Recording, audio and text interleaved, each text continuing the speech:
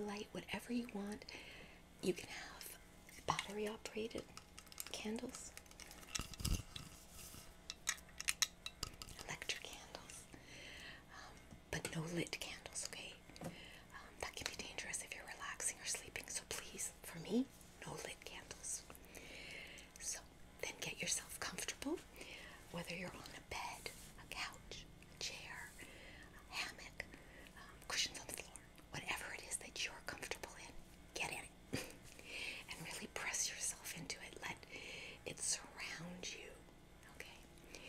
And then if you need a blanket, cover up with a blanket.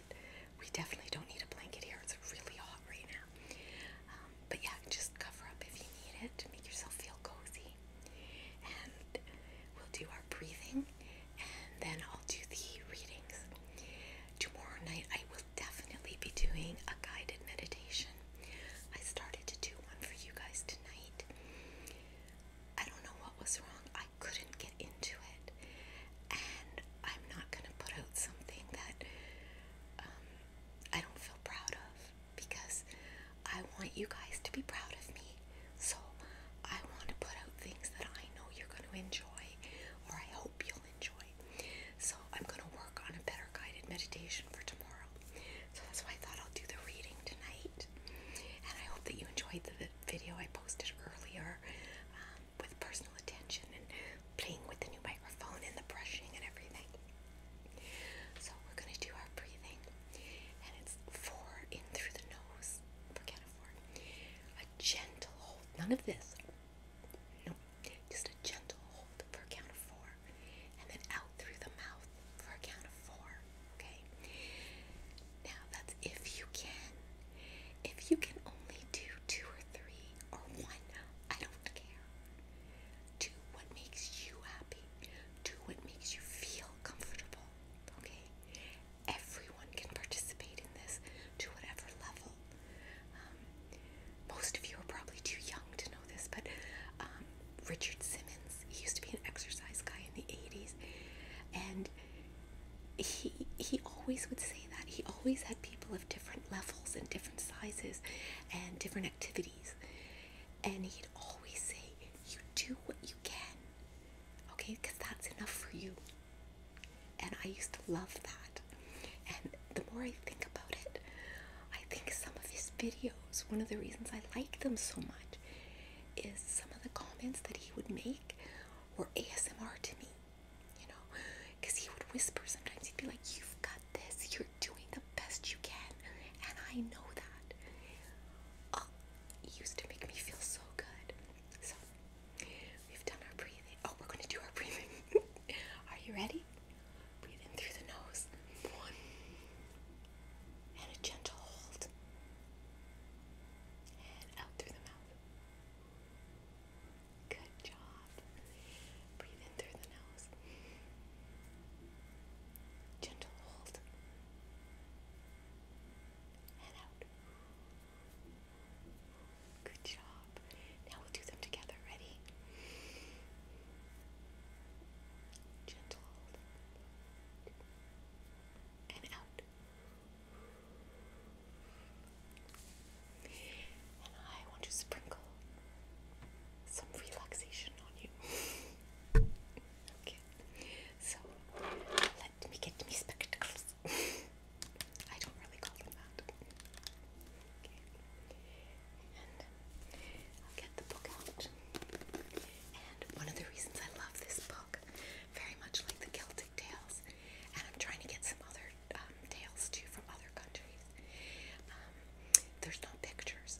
So you can just close your eyes and go to sleep. You don't have to watch the camera. You can just listen to the sound of my voice droning on and let it lull you to sleep or relaxation. That's what I want for you guys, okay? Okay. So let's find a good one to do. Okay, this one is Finding Myself. And the quote before it starts is, life is full of beauty. Notice it. Notice the bumblebee, the small child, and the smiling faces. Smell the rain and feel the wind. Ashley Smith. That's very true.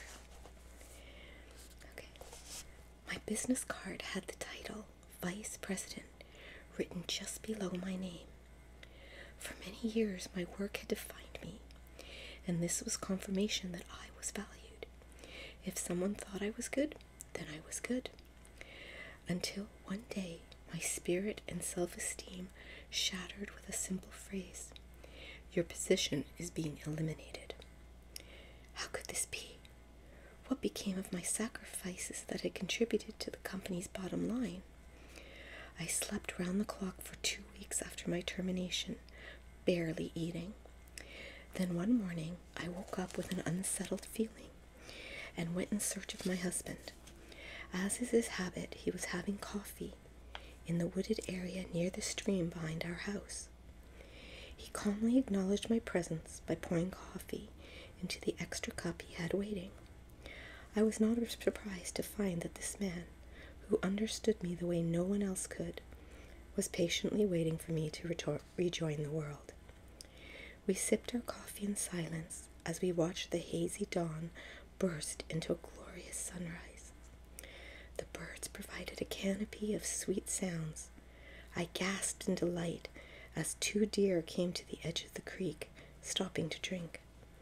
The spotted fawn eyed us curiously and came over to visit.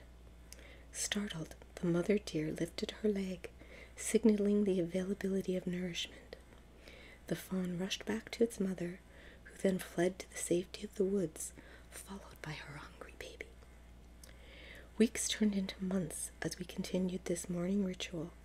It became my time to reflect. We connected on topics other than work, and whose turn it was to pick up the dry cleaning.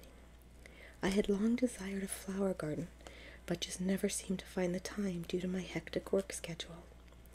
When I shared my simple dream, my patient husband began to teach me how to turn the earth and plant the flowers, fertilize with just the right amount, and water them before they were too dry. Immersing my fingers in the richness of the damp soil and inhaling the earthy fragrance were newfound sensual experiences for me. Imagine my excitement in discovering that through that garden, our love and our commitment to each other were also nurtured. The morning glories sparkling with dew in the sun provided inspiration.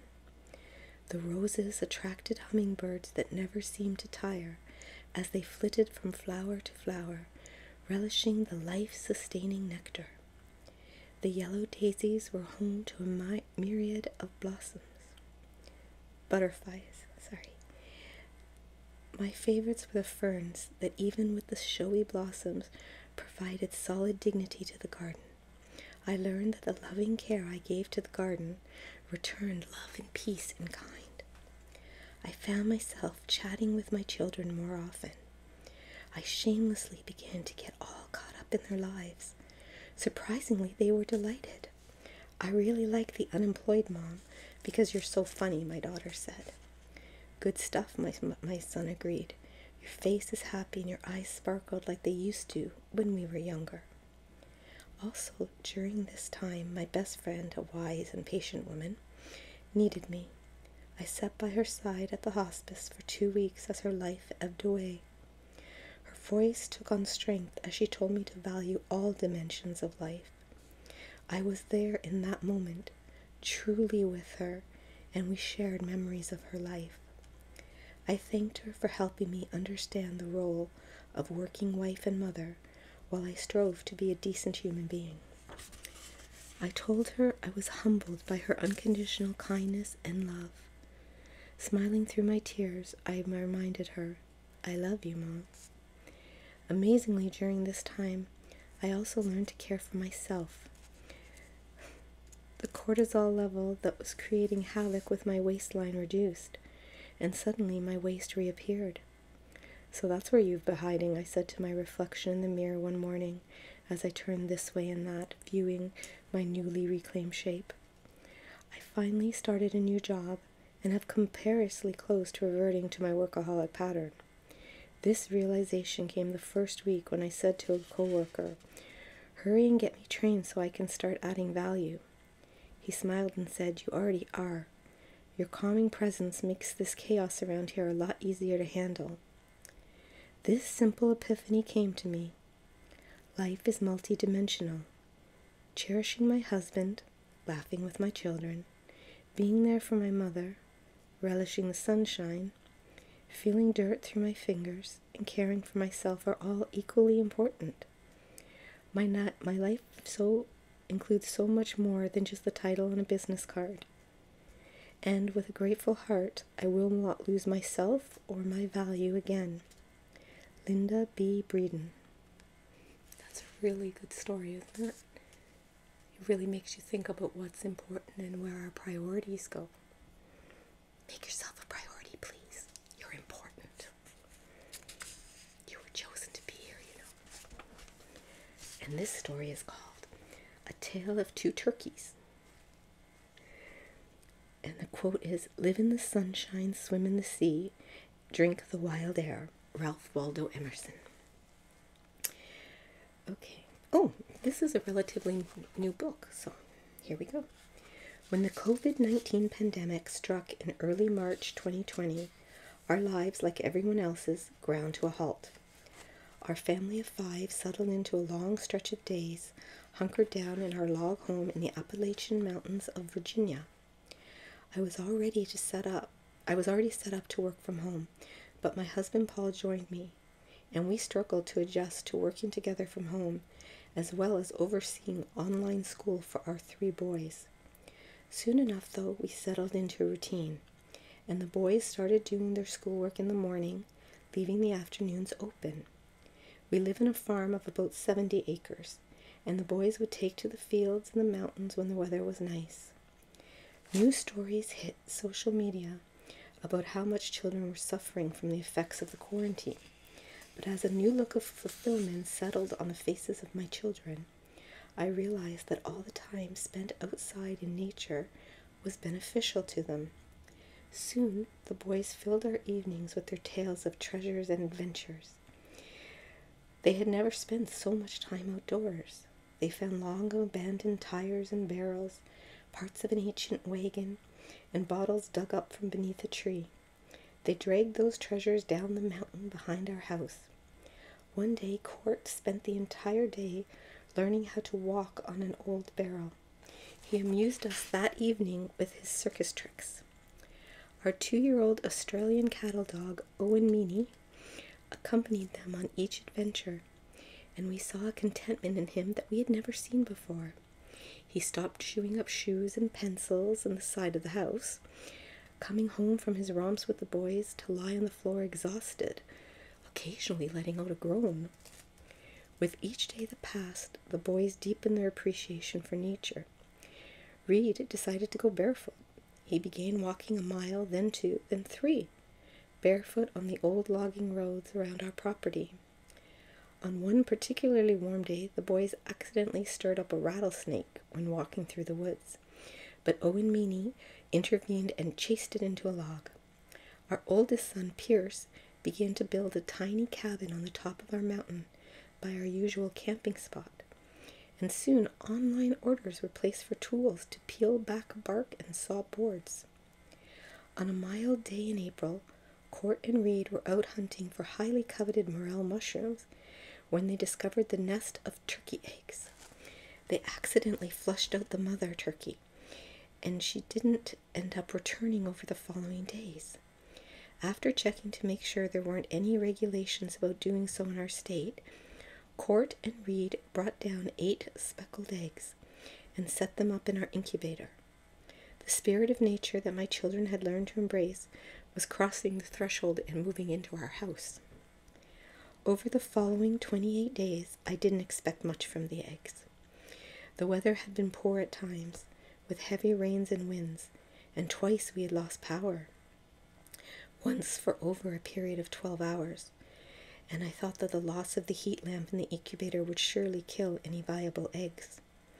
But around day 26, some of the eggs started to look like they were wiggling and wobbling. By day 27, we started hearing peeps coming from within the eggs. Court and Reed were glued to the windows in the incubator at this point, waiting impatiently to see their turkeys. We thought that 3 of the eggs would be viable. They began rocking and peeping more vigorously on day 28, and little chips of eggs began coming off.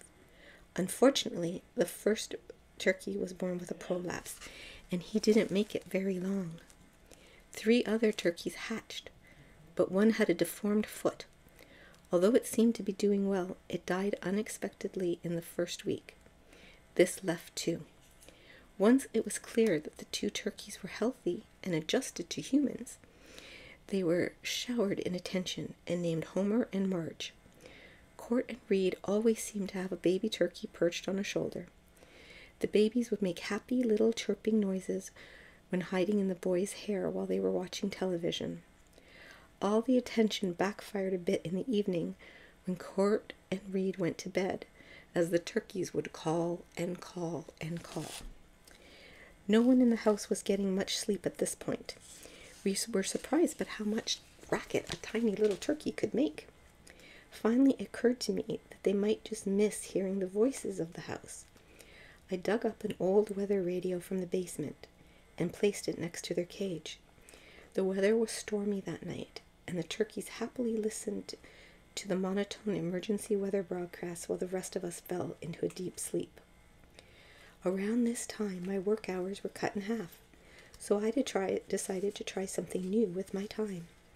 I had never played an instrument, but the boys had a ukulele, and I thought I would try to take a few beginner lessons on YouTube. Trying to learn an instrument at midlife isn't the easiest of tasks, and while I told my fingers what to do, they didn't always listen. Still, I practiced. One day I was working on the chords to House of the Rising Sun. I realized that the turkeys were calling out to me in the rhythm of the song, 6 bars. They were way off key, but they had the cadence correct. Eventually, Homer and Marge had enough feathers to start flying, and this proved slightly problematic. One moment they might be sitting on a shoulder, and the next they would be zooming through the air around the house. They were still too small to be moved to our chicken coop outside, so we had to keep an eye on them when they weren't in their cage. I'm amazed that the raising of 2 turkeys could bring such joy to our family during the quarantine. Learning to care for them gave my children additional purpose, especially when it was too cold and rainy to venture outside. Once Homer and Marge finally reached maturity, they were able to join our 3 chickens and our guinea in the chicken coop, where they seemed to be getting along without their emergency weather radio, although I must admit, I haven't yet asked our chickens if they're getting much sleep. Lisa R. Workman. I was so worried that was going to end in a Thanksgiving. Anyways, my darlings, I hope you have a lovely sleep, that you have wonderful, sweet dreams, and that you always know I love you, I value you, I honor you, and I'm so very, very glad